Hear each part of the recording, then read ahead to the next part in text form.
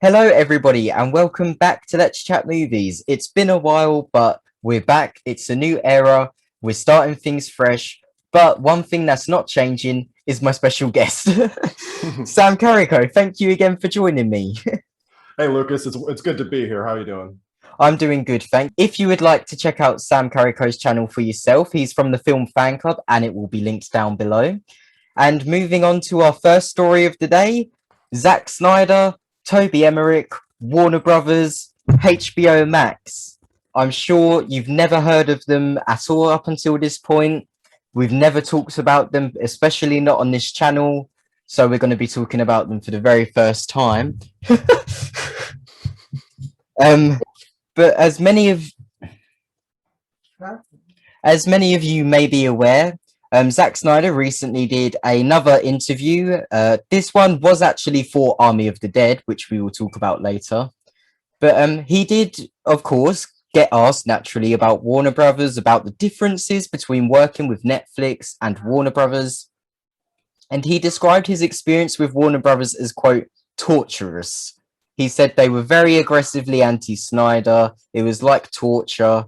And it almost seemed like he himself at this point was a bit done with Warner Brothers as well. He was like, it was fun and all, but I'm not necessarily sure I ever want to go back. And, you know, even though they've said they don't want to continue the Snyderverse anymore, and as I've been reporting to people, unfortunately, as much as it hurts to say, as far as continuing it does go at Warner Brothers, it is dead, quite frankly. But with Zack Snyder himself literally saying, well, even if they wanted to be back, I don't think I want to go back now. That's a really big hit for them. And just another one of many big hits that have come at them lately.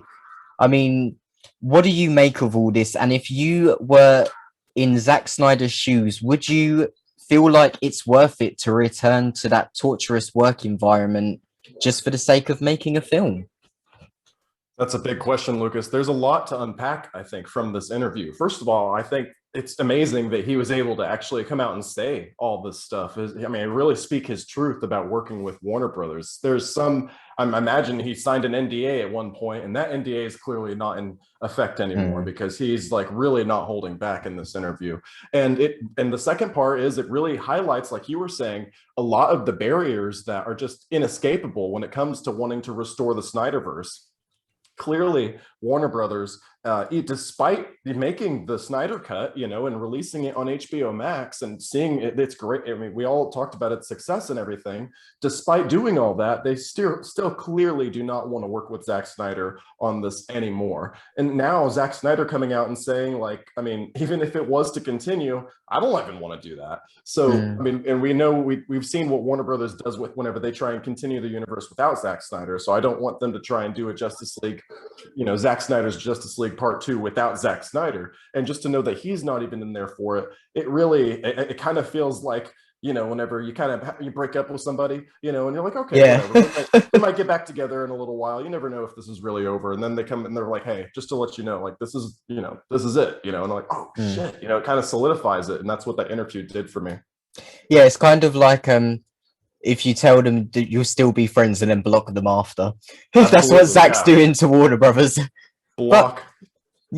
But I can't say I blame him, and especially with the really aggressive moves, passive aggressive moves as well they've been making lately, Warner Brothers, with releasing the Justice League trailer and then releasing the Superman recasting news on Henry Cavill's birthday, and all unprovoked.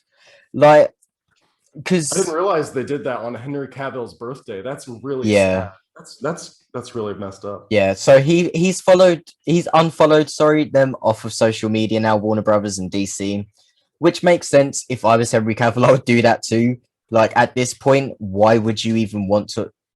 I fully understand Zack's point, and I'm going to be honest. As I've been saying to people, I think we as Snyder fans would be much better in pushing Netflix to go all in on Snyder rather than Warner Brothers. At the end of the day, even if they do at Warner Brothers greenlight whatever Zack wants to do, he's always going to have trouble there. They're always going to just create hassle. And clearly, Warner Brothers themselves are just a mess inside as a company. They're all over the place. They're just a complete and utter train wreck right now. They are honestly one of the laughing stocks of the film industry, and that's just facts. Well, continuing on with the breakup analogy, the best thing that Zack Snyder could do is go have a successful movie with Netflix. And so I'm really hoping, just for that fact alone, that Army of the Dead is something that we all really enjoy. You and I really like Zack Snyder's Justice League. I like Watchmen a lot, and I like the Ultimate Edition of Batman versus Superman more than the theatrical cut as well. So I mean, I'm a big fan of his work so far. So I'm just really hoping that Army of the Dead knocks it out of the park, because that would really kind of show, like, look, he under the correct studio circumstances, Zack Snyder can do good work, and I really hope that shows through here. I mean, I'm really excited you've agreed to come on my show, I believe next week, to talk about Army of the Dead. So hopefully that'll be a really good discussion. Oh, I can't wait. We're going to have so much fun talking about it. Make sure you guys tune in. You are not going to want to miss it. And you're also not going to want to miss Army of the Dead in general. I know if you're watching this video, you're probably a Snyder fan anyway, because this is basically what I have built this channel off of at this point, is the Snyderverse. But now he's really being put to the test. Or is he gonna? Yes. Okay. Is it a match made in heaven, like lightning in a bottle? Just with, I mean, we really like his take on the DC characters for the most part, but like, what's it like whenever because this Army of the Dead has a story by Zack Snyder. It was written, the script was co-written by Zack Snyder, and obviously as a director here, I feel like he's going to have a lot more creative freedom. So exactly. I mean, he's going to be able to carry a film, off of his creativity alone. And not only, that the cast looks really good and I'm sure it's a very much a team effort, but this has got his fingerprints all over it. So this is the first really idea. And this is I was looking at his filmography, and this is the first film that's not really, a DC comic book movie that he's done since, I think, before Man of Steel, if I'm not mistaken. So this is really putting his talents to the test here. Yeah, absolutely. And I think so far as well, it's proved that he's definitely got what it takes to branch out from DC. And, as I said, if I was Zack Snyder at this point, fuck Warner Brothers. And I'm quite happy saying that myself. Fuck Warner Brothers, fuck Toby Emmerich. And that leads us on to another part of this story, which I find hilarious. Toby Emmerich got turned down for a job at Netflix. He was looking for another job because he's clearly so hated at Warner Brothers by everyone. By the way, another recent very recent fact that came out about Toby Emmerich. Warner Brothers didn't greenlight, as I've told everyone from the beginning, Warner Brothers never greenlit Zack Snyder's Justice League. It was AT&T and Warner, not Warner, sorry, Time Warner, I think it is. Because, they all have the parent company, right? Yeah. He went in and fired everyone he could from that team once it got greenlit. Wow. He is a literal piece of fucking shit. Fuck Toby Emmerich. He is a nasty, vile person, and he tried to go and follow Zack to Netflix, and Netflix, which is in their eyes, in a lot of people's eyes, Netflix are no more beneath Warner Brothers at all, just because they're a streaming company. But to them, they're like, oh, well, they're streaming, so they'll have me, they'll pay me whatever I want, I'm a big movie guy. And the fact that they said, no, thanks, we're good. That is so funny to me.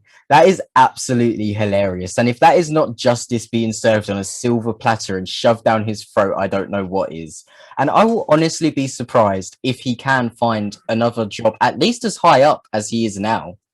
Because who is going to want, even if you say someone did agree with him and doesn't like Zack Snyder's work, who would want to willingly take on board someone with that much that much baggage and that much of a level of hatred towards them onto their company in a big position? Maybe he'll get jobs, here and there producing a movie, and he'll I reckon he'll try and start his own production company, because he does have contacts in Hollywood. He has built a reputation in Hollywood. He is liked to a degree. Right. Yeah. Clearly not enough. He's got his connections, I'm sure, so he'll probably land in some capacity, or at this point, maybe he's probably made enough money that he'll be good for at least a little while. But I just think it's a clear example of beautiful poetry that he, like, somebody like big Hollywood executive, you know, like an established studio, treats his employees or mistreats his employees, and then allegedly, and then tries to fall back on, and like this whole time he thinks something like Netflix is beneath him, like you were saying, and then tries to fall back on Netflix, and then by then he can't get, you know, his consequences have caught up with him. You know, if all this is true, you know, like we have to say allegedly, but Yes, it's just allegedly. it's the best poetry that you could hope for. So I mean, yeah, it's a mess. That's a mess. The Warner Brothers, Zack Snyder, HBO Max fiasco to this point even continues to be just a mess. So I don't know. Which is all unfortunate because our favorite films, you know, suffer because of it. Okay, so that's the end of our first topic. Now, our second topic, which is my favorite topic of the day, my favorite topic of the year, my favorite topic of the decade. The queen of hip-hop, the undisputed queen of hip-hop, Miss Onika Tanya Mirage. She has returned. She has blessed us. She has given us not just 3 new songs, but she re-released her entire mixtape and added a couple of songs that weren't available also on streaming platforms they've all charted, they've all gone #1, the Barbz are all powerful. The songs are amazing. We got a re-collaboration between her, Lil Wayne, and Drake, the original YM. Like,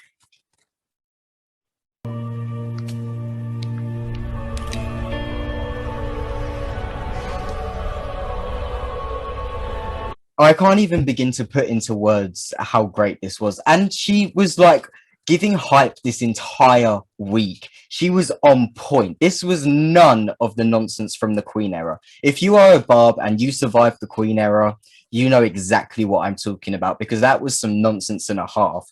She didn't even... her marketing team literally did, like, for advertisement for her song, they got a text from an Instagram story and just put that as her header. Like, there is none of that here. She was on point. Nothing leaked. None of the leaked pages got it right. Not a single one. It was a complete surprise. Drake coming on the live stream was a complete surprise. 3 new songs dropping was a complete surprise. And she literally showed every single person up with a 11-odd-year-old mixtape that she just put back on streaming. She was like, well, since none of you have topped my shit since then, I'll just release that again. You didn't listen to the songs until just before recording. I played them to you. What was your favorite? What did you like about them? And what stood out to you the most? Well, actually, I did a little bit of research, but I got it wrong. I looked up the wrong one. I thought it was Being Green, and then I found out I was listening to a Kermit the Frog song. And I was really confused by that. But then I'm really glad that you showed me Seeing Green. And obviously, I honestly, I think that was my favorite of the 3. The second one was my second favorite was the first that you showed me. Could you remind me the name of that one? Fractions. Fractions was my second favorite, and my third, you know, obviously was the last. But I was really blown away as somebody who wasn't previously a Nicki Minaj fan. Like I've always said, you know, she's no Cardi B to me, but like I was actually really happy to see with what she did here, and just knowing the whole story behind it, the hiatus and how long you have been waiting, and then you showed it to me really excited. And I've seen your social media accounts lately, so I know that you've been kind of streaming it a lot and talking it up. So whenever you finally showed it to me, I was like, all right, let's give this a shot. And I gotta say it slaps. Did it live up to the hype? It lived up to the hype. I mean, it's really good. I'm going to be genuinely listening to this, you know, whenever we're not hanging out, you know, so it's good shit. Sorry, my phone's just frozen. Oh, there we go. No, I think you're good. You can just cover it up with some B-roll. Yeah. But it lived up to... Yes, absolutely. The Queen, undisputed, will forever be undisputed, will never be topped. Try it. But by the way, guys, this is the main topic of the video, and we're going to be talking about this for a while, because I not only want to break down some of my personal favorite moments in the song, I want to get in the tracks, I want to get a couple of Sam's favorite moments that stood out to him, and then I also have some behind the scenes tea for you about the release up to this song, about certain people plotting like the little snakes they are. They're plotting in the grass, and we're going to weed them out. Oh my Going to gosh. expose it all. But first, let's get into the best parts of the songs, the best tracks, just what made this so great. So first of all, you said your favorite was Seeing Green, yes? Seeing Green. I have the Seeing lyrics Green. pulled up, so I can start going through the lyrics because I really enjoyed some of the verses. I have favorite verses and everything. It was good shit. So first of all, in the beginning of the song, one cool fact someone told me, no, not told me, I saw on Twitter, sorry. It sounds muffled at the beginning and he says mask off because he's actually wearing a Balenciaga mask that he's taking off because they were freestyling over this beat. First of all, Lil Wayne gave one of the best verses he has given in fucking years. Like years. It has been so long since I've heard a Lil Wayne verse, even with Nicki, that I've been like, wow, this is like the stuff, this is like Carter 3 level Wayne. However, to me, Nicki's verse is the best, but let's break down some of the best parts of Wayne's verse. What was your favorite bar from this verse? It's hard to say. Some of the lyrics are just so really good. Like, I love the fuck around and knock your flag off. I had to. I wore a gap for a tattoo. I had to. As a matter of fact, I had to. No, it's just no cap. I'm on capsules. I've done relapse, boo. It's just really good. And like you said, it's like top tier Lil Wayne. So I mean, I love the Valencia mask off. Who asked y'all? Cedar told me to step my ass off, and that's all. It's the lyrics are really good. I think that I don't know. Lil Wayne and Nicki were my two favorite verses of the song, and it's honestly a tough matchup between because I don't have a bias towards Nicki Minaj. Not saying that you like it because of that, but like I have a bias. Don't worry, I will admit it. She's the queen of rap. Sure, yeah, whatever. But like, I like Lil Wayne's verse quite a bit. It might be my favorite of all of them. Yeah, Lil Wayne had some great moments in there. I loved his like social distancing line. I thought that was great. We have to respect him. He was really coming for the TikTokers and influencers there, going out to bloody parties during a pandemic. Couldn't be me. I couldn't relate. That's some. That's some clown shit. And then let's get into Nicki's verse. Because oh boy, and as a non-barb, I'm kind of excited for you to learn about all like some of the meaning behind some of the stuff she was saying, because I'm guessing like some of them you thought, oh, that's funny, but like you probably didn't know why it was so great. So let me just pull up the lyrics because we're getting into this. Obviously, I'll cut this. These bitches copy my homework. That's what they hand in. Oh my gosh.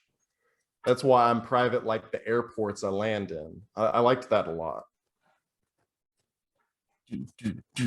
A ball in any arena. You could let the fans in. Let the fans in. And there's T for that line as well. Oh my God. I should go cop a new jersey. It's word to Camden. Okay, I don't know. Oh, righty. Time TikTok and better stick to dancing. That's good. All right, let's get into it.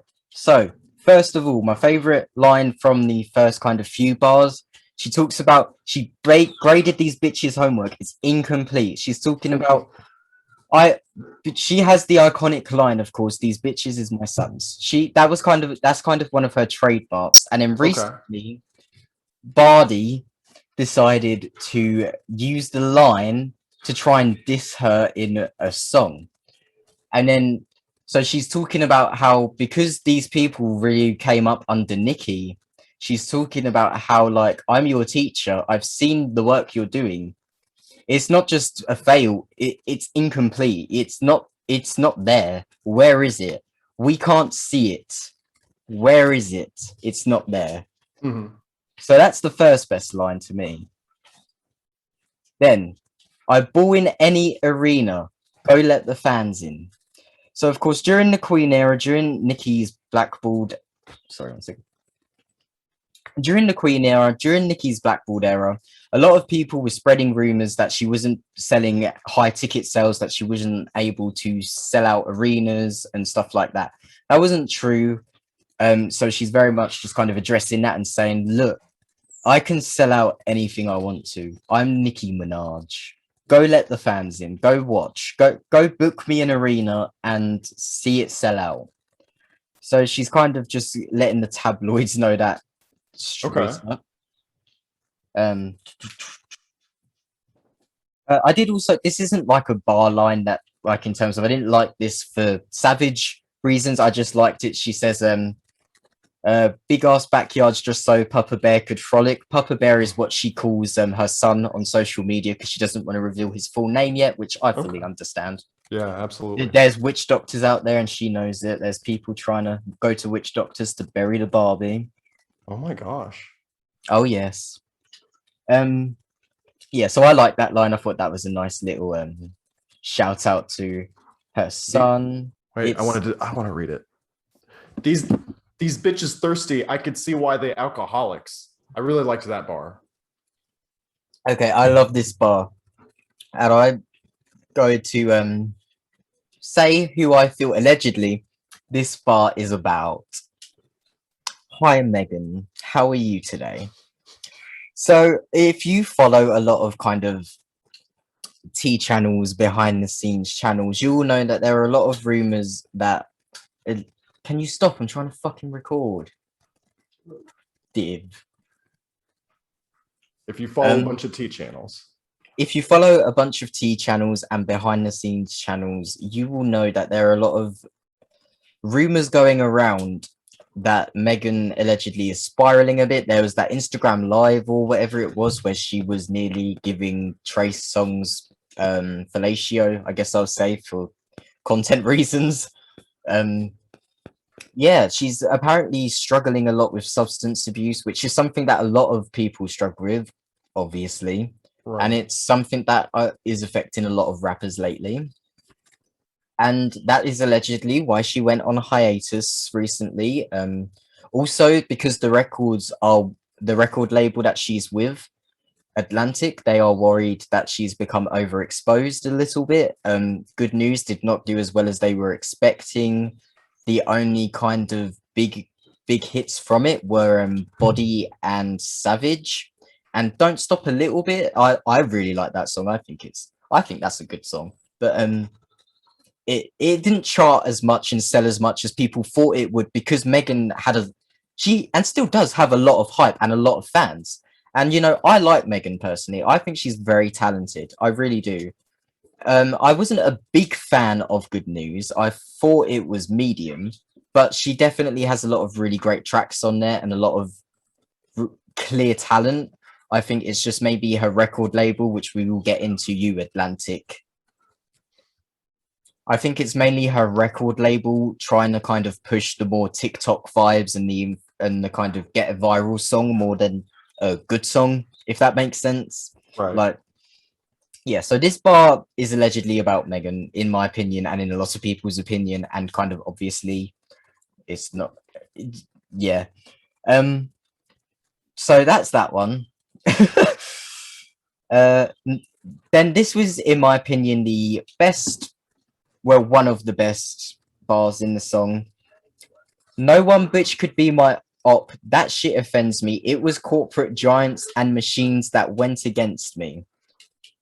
I think I have talked to you a little bit about the hate train era, haven't I, in one of our other videos? So.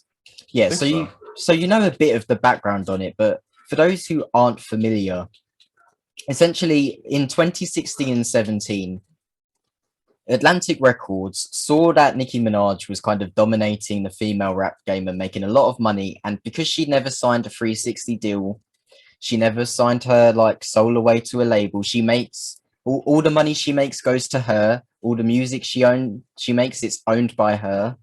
The only contract she has is with Young Money to make a certain amount of albums. I think she has 2 albums left, including the one she's already kind of working on now.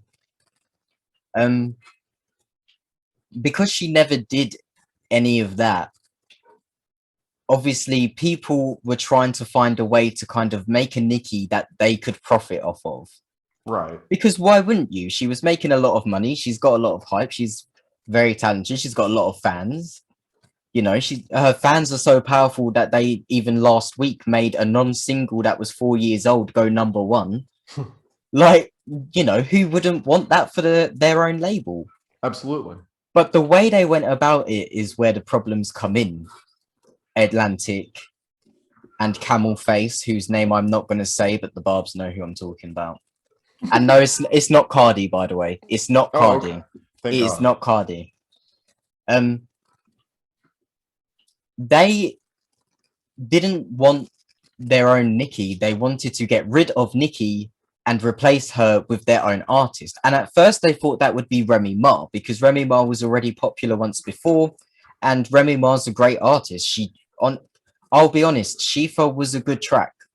I'm just going to be honest. It's a Nicki diss track. Doesn't mean I like it, but you know, I can recognize musical talent and lyrical talent when I see it. And Remy Ma is talented, and she's one of the originals. So they tried to bring her back, and they thought she was going to do it, and she didn't do it. So what did they do? Okay, well, Cardi's kind of popping off. She's popular. She's got a lot of fans. Let's use her. But they were very snaky about it. They had her collab with Nicki. They had her show Nicki love. They had it all seem good until the song came out, and then they just dropped her. All the industry dropped her. Then when she tries to defend herself, people weren't coming to her aid. Then Atlantic and Camel Face start spreading rumors around Hollywood about her that are false narratives into the blogs, into the articles and everything. And then you end up with the Nicki hate train. Right. And then you end up with her being blackballed from radio, so her sales figures don't look as good as they really are. Because even today, I know lots of people say, "Oh, well, I don't listen to radio," but it is very important today, especially for chart. To get a song to chart, you do need, you want it to play on radio, because then people are going to discover it, and that gets you more airtime. So what she's saying, sorry, I got a bit off track with that, but it is all relevant to this bar. Sure. Because all of that, what she's saying is, you know, you can send whoever you want. You can send Remy, you can send Cardi, you can send Megan, you can send whoever they're going to send in the future. But none of those are going to register to me as my opponent, because I know my opponent is you, the label, and you behind the scenes. I know you're just using that person. So I'm not going to pay her dust, and I'm going to put the heat on you. So that's why I liked that line. No, I like it. There's so much meaning just packed into one bar. Yeah, and then this is the type of shit that I'm sorry, but you do not get with certain other rappers right now. I am not gonna name no names. I think that's the end of that's the end of Nicki's verse. Then we've got Drake's verse. I do like Drake's verse. You agree though, in terms of the other two, it's not up to par, is it? the other two are way better. I mean, and that's the thing; they're all pretty good. You know, like it's a good. They are great. But if we're ranking verses, Nicki's and Lil Wayne's were really good, way better. Yeah, like I do really like though that all of them keep the kind of 2000s flow and style of the song. I think we were talking about that when we listened to it, and that was one of the favorite things. It feels so nostalgic, and I do appreciate that about the song in general. Yeah, it's really it took me back to being in school. Same, I liked that Drake called all the male rappers out there drama queens. I thought that was funny. And then I liked that he says, you're getting on a song with Anika Tanya Mirage and still dying. What's up with that?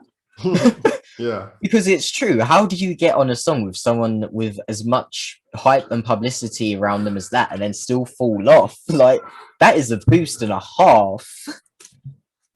To be honest, there aren't really any other bars that stand out to me in the Drake verse personally. Yeah. It's not. It's the one that was the least memorable. Whenever I listened to it. Yeah, but that's Seeing Green. Now, let's get on to Fractions. While I get the lyrics up, they could check the light, please. You have it lost. I don't have the. You have it lost. Oh, but I don't. You have it Oh! My camera.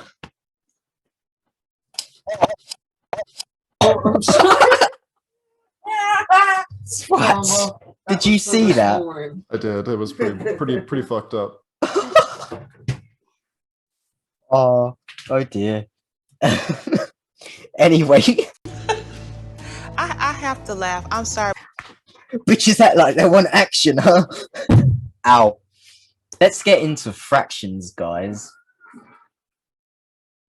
Now, of course, Seeing Green is the song that just recently went #1. Fractions is #2. Just saying. Right. First of all, the intro is just great. You know, you come off of hiatus. What's the first thing you say in your solo song? She's like, oh, you know, I was relaxing. I had a baby. I did the wife thing. I did the mother thing. Did it all. But clearly, none of you were stepping up to my plate. So I've come back because you need the bad guy. Now, obviously, during Nicki's Hate Train era, everyone would call her the bad guy. They tried to make her out like the bad guy. And she really cleverly used that and took that on as her brand with Chun-Li, and then her clothing line, her collaboration with, I think it's called Haute Couture. I think it might have been Fendi. I'm not sure what label it was, but it was a really high profile label. So she really took on that, and then she's saying like, clearly you guys are slacking, so I'm gonna have to come back to get you to step your game up because you're not doing it right. Like, I can't even raise my child and be a wife in peace. Wow. That's pretty powerful stuff. Yeah. Was there any particular bar from Fractions that stood out to you? Yes, there was What ones? I gotta find it because I have the thing I'll also wrote up right here. Give me a second. It's like COVID when the goat is on the track, the whole game stop. But I ain't playing with these bitches. This ain't GameStop. No, I was on the floor. Like, I was like, oh my god, this is brilliant. I love that. It was really. And you know what? We were all saying, we know you're on social media, Nicki. While she was on hiatus, you may not be liking stuff, but we know you're seeing everything going on. And this is the perfect way of just illustrating, because she's been gone for so long. So like it catches up so quickly. Even, you know, these bitches biting like Joe. Shout out to Kamala though. What up? It was like what I miss, you know, like you said, it's like she comes out, says what's been up, and now she's like, what I miss, you know. It was good. And the other thing I love about that bar is I think she's also referencing herself as GameStop in the sense that it seemed like it was dying. It seemed like it was gone and out the door. But then people, through just their love of gaming, really, and wanted to fuck the system, said, no, they're not done. And they invested everything in it and got them back up. So I see you, Nicki. We see it. Well, what were the other ones that stood out to you? Oh, you already mentioned it, but I liked the I graded your homework, bitch. It's incomplete. That was the last song. If you was that was the last song? No, this one. No, that was the agreed. I swear to God. I graded your homework, bitch. It's incomplete. Are you sure? I swear to God, I'm looking at Fractions right now. How did we already mention it then? Oh. You talked about it at the beginning of Fractions. Oh, okay. Sorry. Yeah, motherfucker. Sorry. Oh my gosh. Let me restart myself. Yeah. Because you just asked me what my other favorites were. You already mentioned it, but I graded your homework, bitch. It's incomplete. If you was trying to be my son, then mission complete. I'm the final level, bitch. They on mission to beat. That's a good one. That was great. It's just there's so many that stand out, but we could go through the whole thing, but it's a really good song. And again, like I said, it's the perfect way to come out and just be like, all right, what's up? Here I am. Because the other one was obviously a collaboration. This is her just getting to kind of own it. Yeah, definitely. And this is my favorite song of the 3 that she released. It goes this one, then See Green, then Crocodile Tears. I loved Seeing Green a little bit more than this one. I got to say, this is all really good. Right. We haven't even got into necessarily the main verse yet. Okay. So, right. First of all, one of my favorite lines that had me laughing. about to put out all this crack because my fiends is fiending. So obviously Yeah. she knew that we were desperate for her to come back. The Barbs were going insane. We were charting a 4-year-old song last week. Like, we had literally lost the plot. There were literally, I kid you not, because some of them came back when she did. Barbs were going on hiatus themselves off their Stan Twitter accounts until she came back. They're like, I'm bored. I'm done. No, yeah. So she's like, I like a crack dealer, and obviously people hooked on crack and wanting that next hit. She's like, I'm putting out my crack because they need it. They need it. They want it. They're here to spend their money on it, and we did. Although she still hasn't put up the digital sales on her site to buy it on her site, which is very frustrating. Anyway, I tried to give them some puth, but they tried to say it was beef. Obviously, a shot to Cardi, her song Press, where she tried to take shots at Nicki. She even said the press, like it said in her track, especially her track. Yeah, and obviously I've talked about the Cardi situation with you before. What happened we all just there? get along? But why do they need to get along? This is the thing. It's rap. This is what you're supposed to do in rap. You come in, you are supposed to believe you are the best, you are unmatched, and if I'm not, prove it. And they have not proved it. And at the end of the day, at the end of the day, rap is about competition, and it always has been. So this like female rap unity narrative and this thing, it doesn't work, because at the end of the day, not everyone does like each other, and competition is what makes people better. If I swear to God, if Cardi hears this song and then goes and writes her own song and genuinely does a good job on it and has a good flow and has good bars and genuinely gives it to Nicki, I will commend her on it, and I will be honest and say, look, that's a good track. And it'll be because, yeah, she was inspired by this one. So I see what you're saying. Yeah, because that's what you're supposed to do. And then, like, that would inspire Nicki to then come back stronger. And then, you know, competition is important for every business right now, unfortunately, because of capitalism. But that's just the way it is, you know. Competition is kind of what makes you better as a kind of creator and an artist, because it makes you want to do better. So in terms of why can't we all just get along, I don't want them to all get along. If they do, that's nice and all, but it doesn't necessarily have to be the default. Yeah, exactly. And you know, I think people need to particularly stop pressuring Nicki and Cardi to try and get along again, because they also, except for like jabs in songs, they don't necessarily talk about each other. Well, Nicki doesn't talk about each other outside of that. So it's like, if they don't care that much about it, why keep pushing it? Just leave it alone and pay attention to your own faves and try and make your fave each do as good as you can. I get that. Which she addresses in this song later, which I'll get into that bar. Right, I've got to kind of handpick these. I did like just this one doesn't need explaining, but these bitches biting like Joe. Shout out to Kamala Doe. Of course, she'd give out a shout out to the first black vice president of the United States, female black president of the United States. Like, that's great. Did your camera freeze? Did it? No, I don't think so. Oh, no, it didn't. You were just very still. Sorry. Yeah, no, you're good. Yeah, obviously, I don't think we need to explain that one, do we? No, I think I already talked about that one too. Hopefully, people would get that. You've already talked about the GameStop one. Look at them fucking for raps. Oh, what a disgrace.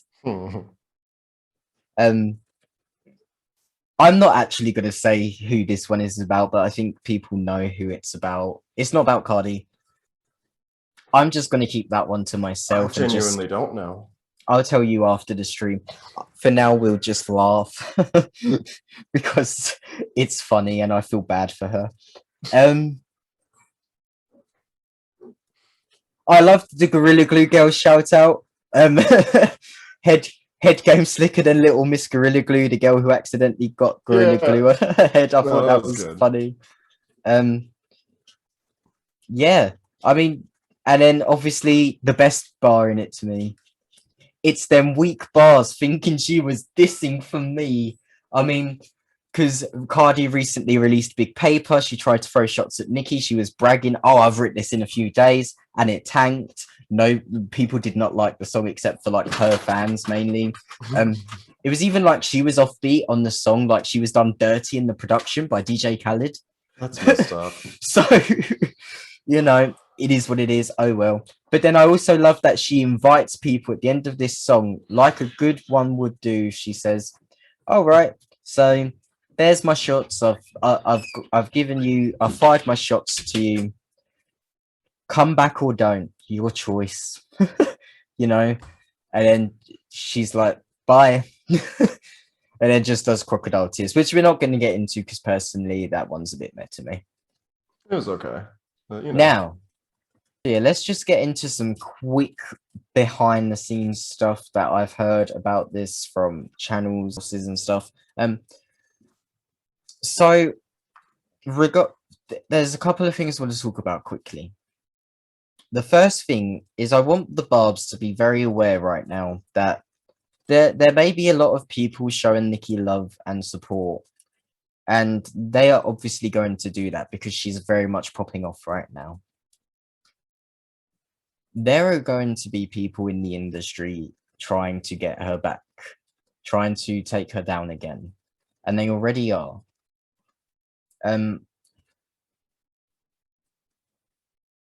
You need to be very smart right now about how we go about getting her songs to #1 and stuff. We need to make sure it sticks.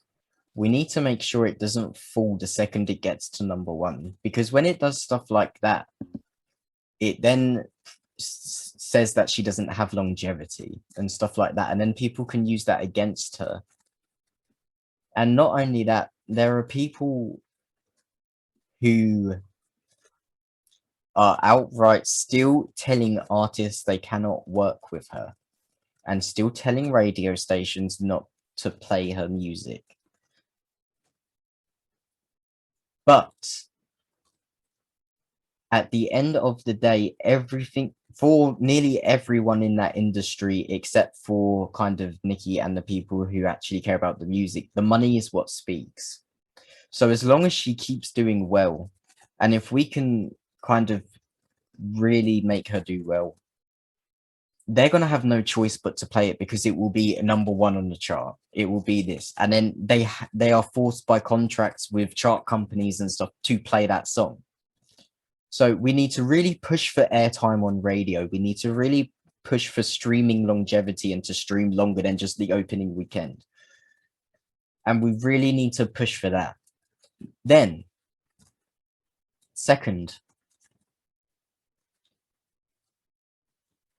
I feel like the Barbz need to lay off Megan a bit, and here's why. And I'm not just saying this because I like her slightly, but there is stuff obviously going on that we don't know about. And I've mentioned before in kind of a jokey way about how Nicki kind of disses the substance abuse and stuff, but that's a very serious issue. And not only that, allegedly, she is very much being controlled by people, and they're very much not able to do anything she wants to do. And allegedly there was, as I said, a song that she wanted Nicki on Good News, and Nicki said yes, and they had it, they were getting it done. But then she was told by a camel that, you know, you're not allowed to work with her. You're not going to get a #1 single if you don't work with her. You can't work with her. If you work with her, you'll be blackballed too. You'll never win a Grammy. And then I think, yes, she may have taken a certain option, as you can kind of tell. But she is young. She is learning. She is very new to this industry in terms of the level of success she is having, and it's very, I can imagine it would be very overwhelming to go from kind of fun little mixtapes and stuff to suddenly you are this full-blown star that everyone's kind of focusing on. And I am slightly worried for her personally. I don't want anything bad to happen to her. We've lost enough people so far that I really don't want anything bad to happen to her. And I do think she genuinely loves Nicki and is a fan of Nicki and wants to work with her. But until us Barbz can get Nicki to prove that Nicki has more than cremated this blackballed era, because don't be fooled, people, when she said witch doctors went to doctors to bury the Barbz, she wasn't joking. People genuinely have done whatever it takes to try and get rid of her, and it hasn't worked yet, and it still isn't going to work, and it never will work, because unfortunately, you cannot pay for talent. You cannot pay to make talent. You are either born with it or you're not. That's all I'm going to say on that. Do you have any comments? I think you pretty well stated it. I mean, it is unfortunate. Like you said, getting into the stan wars and stuff like that can be really fun, and I think it's really, yeah. But we got to keep in mind these are people. Exactly. And I think that whenever people have such serious stuff going on in their lives, you just have to be very, very respectful of that, and also, like, I don't know, you got to be just over. I think you, like, again, I can't really, at the risk of repeating everything that you said, I think you just got to be really careful and mindful of these people. Just I think the Barbz should lay off Megan for a bit. I know Nicki just dissed her, but I think that was kind of Nicki's way of saying, right, that's that. Either come back with love or don't, and then we could get into it. If she chooses to come back and she's still, throwing shade and stuff, then it's fair game. But if she's not, then I think she deserves forgiveness, because in the end it is just business, and all she necessarily, yes, she has done shady things, but the main thing that people are mad at her for is collabing with Cardi. It's not necessarily for anything else. So, and at the end of the day, why wouldn't she collab with Cardi if she was offered the chance? Because it went number one, it's a popular song, and it still is. It still charts. I can't deny the fact that it's charting. Unfortunately, it's charting. It's still charting. So, yeah. It's a good song, man. Yeah, so shout out to everyone I just mentioned. I hope you're all doing okay, including Cardi. She is still a human being, and it's... it's just, we're just fans at the end of the day. It's deep for them, but it's not that deep. It doesn't necessarily actually affect us as personally. So, don't get too caught up in it for yourself. Because then who are you really fighting on behalf of? Your favorite or you?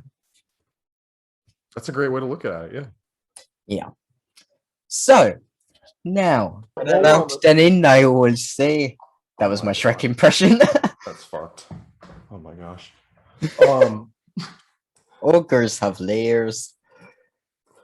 But while we're on the topic of music, I'd be remiss if I didn't mention that one of my favorite artists, Marina, has a new album coming out. I believe it's going to be coming out on Wednesday, the 19th of May. Oh, so it's soon. It's coming out soon, and the first single, "Purge the Poison," was released, and you listened to it as well. I did. I really loved it, well, first of all, I'm a big Marina fan. I'm a diamond myself, so I loved Electra Heart, I loved Fruit, I loved Love and Fear, to varying degrees. I think Love and Fear is a better album than Fruit, and I think Electra Heart is probably the best of all those albums. But I've been really excited to see what Marina is going to do next, because I really have enjoyed the creative path that she's been on lately. She's kind of she's mixed her style with her distinct style. She's found a distinct style, writing her own music and stuff, and being able to break away from what the studio wants her to do. But I think in this new song, and hopefully with the rest of this album, she'll have found a good synergy between something that's a real crowd pleaser, and then something that's very personal to her. Because you listen to some of the lyrics here, and you can tell that this is stuff that she cares about and stuff that she finds, you know, important to talk about in this time. But Lucas, I am curious, you know, as somebody who isn't a big Marina fan, you liked Electroheart but didn't like some of the stuff since. What did you think of this when you heard it? I did like this a lot more than her previous work that she's done since Electroheart. It definitely reminded me a lot of Electroheart, so I guess I liked that. But I am a big fan of like that kind of synthy pop 80s but not 80s kind of style. Yeah, kind of retro. Yeah. Unless it's Lana Del Rey, but that's for person. She's just a bit of an idiot. But Marina's really smart though, and I think yes. you can kind of get that with some of her lyrics. You know, 2007 when Size Zero was the rage, Britney shaved her head and all we did was call her crazed. Harvey Weinstein gone to jail. Me Too went on to unveil truth and all its glory, the ending of a story. Like, it's just really good shit, and it's like it hits too, like a lot with the Nicki Minaj stuff as well. You know, like obviously this is a very distinct and different style from that, but like a lot of the lyrical themes are similar, and I really appreciate that. And I love the idea of, you know, gotta purge the poison from our system, because I feel like it's kind of where we are as a society right now, with so much change happening. And then of course, you know, I love the female power shit. You know, that's cool. That's just fun. Yeah, and I also really like the line about blaming America for all the world's wars as well. I was like, oh yeah, go on, go get him. Oh, that's the thing. Yeah, she doesn't hold back, and that's what I really appreciate, because Marina, you know, I mean, not the only artist, but she is an artist that writes a lot of her own stuff. And so this is all feel like, again, it's just really good shit. So while we were on the topic of music briefly, I just wanted to talk about Purge the Poison, and I can't wait for the new album as a Marina fan. Yeah, I'm actually looking forward to I will be streaming it. I will stream on repeat. We're going to be streaming on repeat next weekend, Lucas. We will see if it's that good. Oh no, we'll see. But I'm optimistic for it, because I do like her, and I did like Savages from Fruit, and I will still play that song to this day. I think that song Savages is good. I liked Weeds from Fruit. I liked Blue. Or no, sorry. No, Blue is good too from Fruit. I like Happy from Fruit. I like the song Fruit. She's good, man. And I would recommend, if you haven't heard the song Baby from Love and Fear. Oh no, I like that song. That song's from Love and Fear, her most recent album, and it's really good. And that was only like 2019. So she's an artist that a lot of times, I don't want to name a bunch of pop artists that I feel like have done this, but a lot of pop artists, kind of sell out, you know, as they get further along in their career. They just do whatever the studio wants them to do. And she seems to be on a different path. She's like, as she gets a little bit more, you know, she's not trying to be the most famous artist in the world, but she has a very dedicated fan base, and she understands, like, okay, I have enough here. I'm going to do what they want. They enjoy what I want. You know, like, we've got a good thing going. I don't need to be, you know, like, you know, topping the charts or whatever. Actually, I haven't been paying attention to the charts, but I'm just really excited for this new album, and I really like how she's just. I like her style, and I like that she knows what she wants to do. Yeah, definitely. She's very smart, and I do appreciate people who write their own content. It's a very big deal to me. And on that note, stream Seeing Green and stream Purge the Poison. Did I get it right? Purge the Poison by Marina. Album is out on Wednesday. Stream Seeing Green, Purge the Poison, and Electric by Katy Perry. There we go. Those are the 3 songs we'll be plugging this week. Now, on to our next topic of the day. This broke kind of a little later than some of our other topics we usually cover, but I wanted to talk about it because it's interesting to me. I just think it's a shocking downfall. So NBC have cancelled the Golden Globes broadcast for 2022. They say it could be indefinite, it could not be, it depends. On top of that, Tom Cruise gave back all 3 of his Golden Globes, and when the man who says yes to Scientology gives back an award to you, you know something is a bit off there. He said he wants to see proof of, obviously, actual change and for diversity in the voting. And of course, this is not the first award ceremony to have been hit by this. Every single award ceremony to some degree has had some controversy surrounding diversity. Then, of course, you have the Grammys, who recently got rid of their secret committees, which had blackballed certain artists, including Nicki Minaj, but also including like The Weeknd, I believe Ariana Grande. And then, obviously, when it comes to this movie awards season, there were very big snubs or kind of steals and upsets, in like with Chadwick Boseman at the Oscars, Right. and Nomadland winning Best Picture. Right.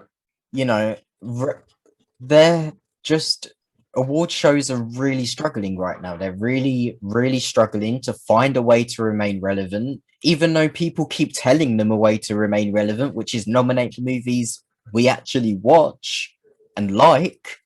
Right. You know, like, do you think this really is the beginning of the end for awards season, or at least the entire big grand scale of awards season? I hope not. I find it. I love the Oscars, and I love to a lesser degree the Golden Globes. But I really enjoy the Oscars, and I enjoy looking forward and trying to predict what's going to be Best Picture every year. And I'll take this opportunity to plug the Oscars special I did on my channel. So I obviously, which is great. Everyone should go watch that. Thank you so much. But needless to say, I still get a lot of enjoyment out of it and following along and who trying to predict who will win. So I hope that this isn't the end, but I think they're definitely going to have to find a way to reinvent themselves, or at least just not continue to do the same thing that they've been doing for a long time, if they want to maintain the momentum that they had. Like 40 million people tuned into the 2014 Oscars, whereas only 10 million tuned into the 2021 Oscars. I think it was less, wasn't it? 9.3 or something? 9.8. So just 9.8. Yeah. So, but I mean, bless their little heart.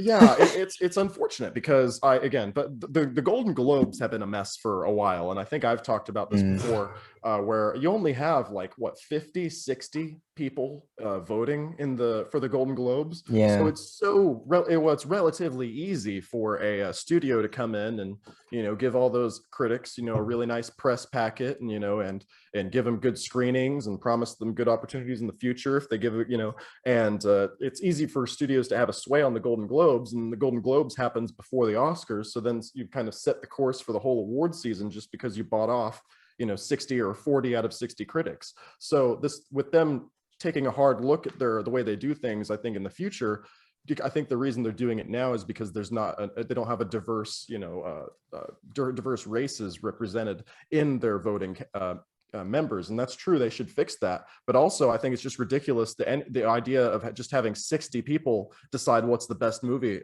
of the year for the rest of us. Because I mean, say what you want about the Academy, but the Academy at least has I think 1,000 members or something like that, 1,000 voting members. It's really hard to buy off 1,000 members, but there is such a thing as groupthink, and whenever you have the first award show of the season being the Golden Globes, and they're setting the course, then I don't know. I feel like hopefully this will result in more deserving wins in the future. Yeah, I mean, I do love awards season, but this one definitely just didn't appeal to me at all. But obviously there is also, you can't not mention it because it obviously affected it. It is the middle of a pandemic. Yeah, and we're in the largest economic crisis in a long time. And yeah, you got these rich people patting themselves on the back while they're not wearing a mask in a room together, and it's like it just feels very out of touch. So it is a weird year for this sort of thing in general.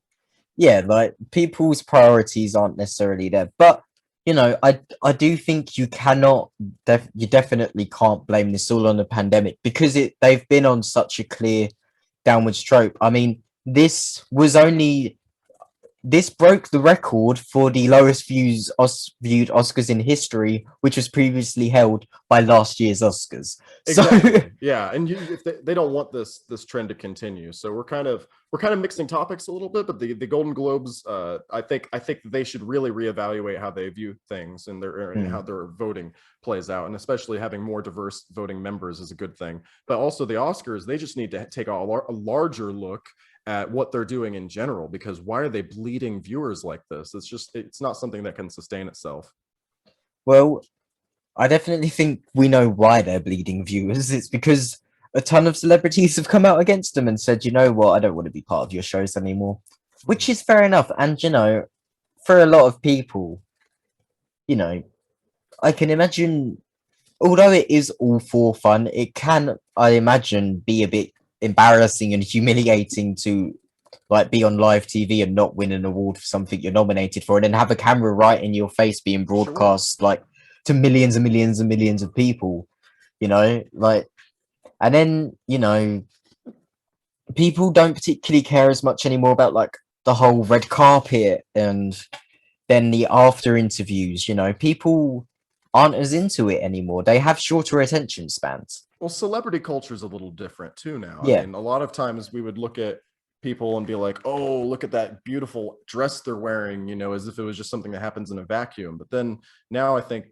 and we're talking about a larger political landscape as well, but like whenever, you know, now income inequality has reached such a large, like large, you just can't ignore it. So when you see that fully on display, which is kind of what it is, you know, whenever you have like these, look at this $1,000 suit, you know, he's going to win an award for, you know, acting in, you know, a movie and like that he got paid millions of dollars for. And it's like, it really stands out. And now I think a lot of people can be put off by that as well. Yeah. But of course, before we move on, one other thing you can't not talk about, I do think the final, I will be shocked if the Golden Globes come back for this exact reason, because it came out that, of course, the Golden Globes were very much assisted in being founded by Harvey Weinstein and to help promote his movies. And I think a lot of people definitely forgot that. And then they've just been reminded of that. So honestly, I will miss the fact that they did mix movies and TV together, because I think particularly nowadays, both are definitely on the same level as each other. They're blending together for sure. Yeah, you can very much have a TV show be just as good, if not better, than a movie of the exact same like thing. So yeah. RIP Golden Globes. You probably won't be that missed, but oh well. Next, do we have a next topic? If that might have been it. If I was, oh, you wanted to talk about that thing, the Ellen legacy. Oh, no, yes, yeah, Ellen. no, yeah. Talk about Ellen. Yeah, let's do that. Speaking of cancelled, hello, Miss Ellen DeGeneres. We just want to talk about this story because it's kind of funny to me. Obviously, Ellen made headlines last year when, I think it was last year, when all the allegations came out against her about her not being so nice on set, racist behavior on set, microaggressions, all this sort of stuff. An investigation was launched into it. That led to remedial action. But then I think they did another one that didn't find anything. So I'm not sure what's going on there. Maybe it's kind of like the Justice League investigation. And her show has now been cancelled after as well, because it was recently announced that it was renewed for another season. So people are like, oh, so she's not cancelled then.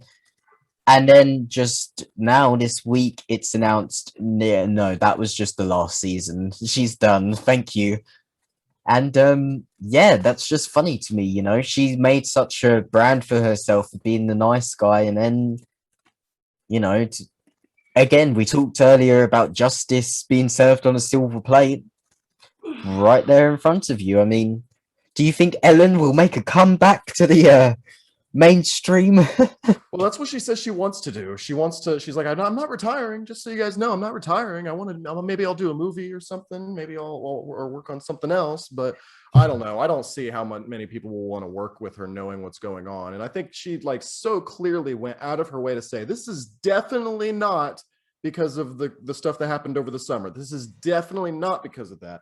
But then while doing that, she goes out of her way to talk shit about that. By the way, this isn't about that. But by the way, that felt really orchestrated. And I kind of, you know, and there's so many telling parts. I don't know if you saw the Savannah Guthrie interview she did for NBC with Ellen, but she said like this all felt orchestrated. I mean, she went on to talk about how rich people, just because she's rich doesn't mean she doesn't have problems, you know, like as if we should feel sorry for Ellen DeGeneres. And then you know, she talks about her friend Oprah, like her good friend Oprah. It's like, who was also, you know, rich, you know, out of pull out the black friend quick. Oh yeah, and yeah, her one black friend that she mentions is the out of touch billionaire. So it's just like, and then it was a really learned.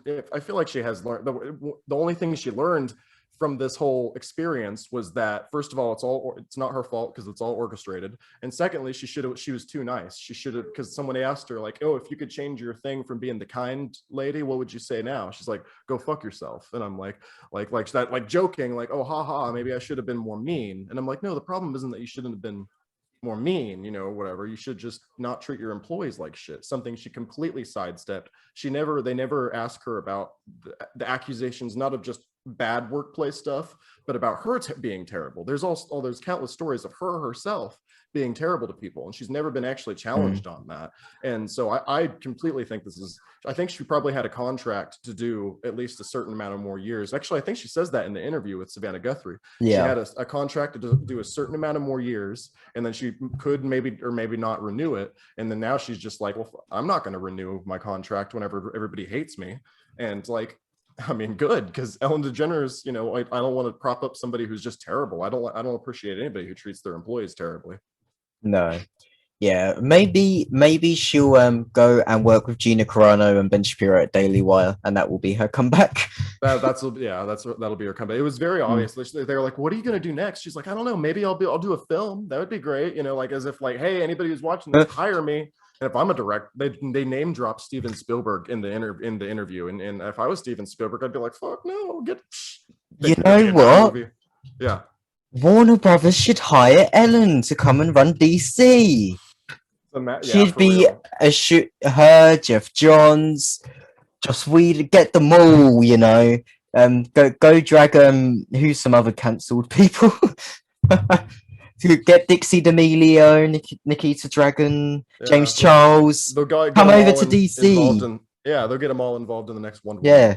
We welcome predators and racists of all kind here at Warner Media, allegedly. Allegedly. Right. So, I think that's all our topics for today. Oh, really quickly for my UK watchers, you probably already know cinemas are reopening from Monday, so you can go to the cinema again. I think it is only at a limited capacity again. And I do think you also have to wear masks, and you can't like sit next to other people. But why would you anyway? Yeah, why would you want to sit next to random people? I hate people like that. But yeah, I'm very excited to be able to go. I can't go yet because I still haven't received my vaccine. But the second I get my vaccine, I am there. I am at the cinema watching. I don't care what's out. If Trolls 3 is out, I will go and watch it at the cinema. Maybe we'll talk about at some point on the show. We'll be talking about hopefully Spiral, and then obviously we already mentioned it. It's on Netflix, but Army of the Dead next week on my show. We're gonna so lots of good movies to look forward to. But in the theater, like I think in Oklahoma and in the United States, box offices are starting to the numbers for box offices are starting to return to closer to what they were before the pandemic. I think that new Demon Slayer anime movie opened at like $20 million. You know, people are actually going and paying to watch anime, which is weird to me, but you know, it was good. So nature is healing. It is. It really is. Nicki is back. Toby Emmerich can't get a job. Ellen is cancelled. Nature is healing. I love it. Yeah. It's just a beautiful week. It's a beautiful week. It's going to be a beautiful summer. Exactly. It's going to be a hot girl summer. Nicki. I can't wait for NM5. Right. So that rounds up today's Let's Chat Movies. Stream Seeing Green. Stream Purge the Poison. Stream Purge the Poison. And don't stream Toby Emmerich. Right. Thank you guys for joining me. Please engagement. Don't forget to check out Sam Carrico over at the Film Fanclub. I'll link his channel down below. Thank you so much for watching. Sam, thank you for coming on again. We'll see you next time. Bye. Bye.